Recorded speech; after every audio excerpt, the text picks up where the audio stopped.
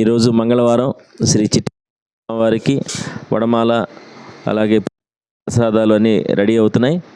హరిభక్తులంతా స్వామి రాధాకృష్ణ భగవానునికి మంగళహారతి ఇచ్చి తర్వాత హరినామాన్ని జపించి తులసి పూజ చేసి అప్పుడు ఈ వంట భగవత్ ప్రసాదాన్ని తయారు చేస్తున్నారు. ఇది ఒక అద్భుతమైనటువంటి ప్రసాదం. భగవంతుని యొక్క అనుగ్రహం, ఆంజనేయ స్వామి వారి యొక్క కృపాకటాక్ష వీక్షణ కలగాలని ప్రార్థిస్తూ హరే కృష్ణ కృష్ణ కృష్ణ హరే హరే, హరే రామ రామ రామ హరే హరే.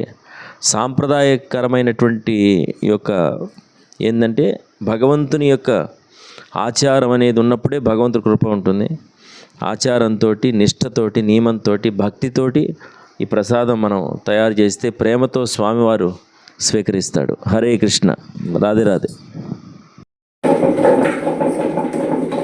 ఆంజనేయ స్వామి గుడిలో ఈరోజు ప్రసాదాల మంగళవారం.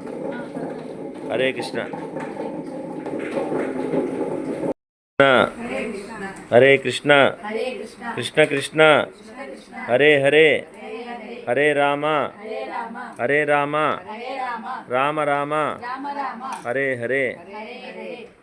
ఈరోజు ఆంజనేయ స్వామివారి దేవాలయంలో స్వామివారికి నివేదించటానికి ప్రసాదాన్ని హరే కృష్ణ హరిభక్తులు స్వామివారి యొక్క నామాన్ని జపించి ప్రసాదాన్ని తయారు చేస్తున్నారు.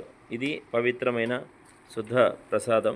భగవంతుని అనుగ్రహాన్ని మనం పొందాలంటే ఆచారంతో, నిష్టతో, నియమంతో, శ్రద్ధతో, భక్తితో, ప్రేమతో ప్రసాదం తయారు చేయాలి.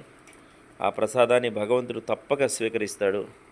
ఆ ప్రసాదాన్ని అందరికీ కూడా వినియోగం చేయాలి, నైవేద్యాన్ని వినియోగం చేయాలి.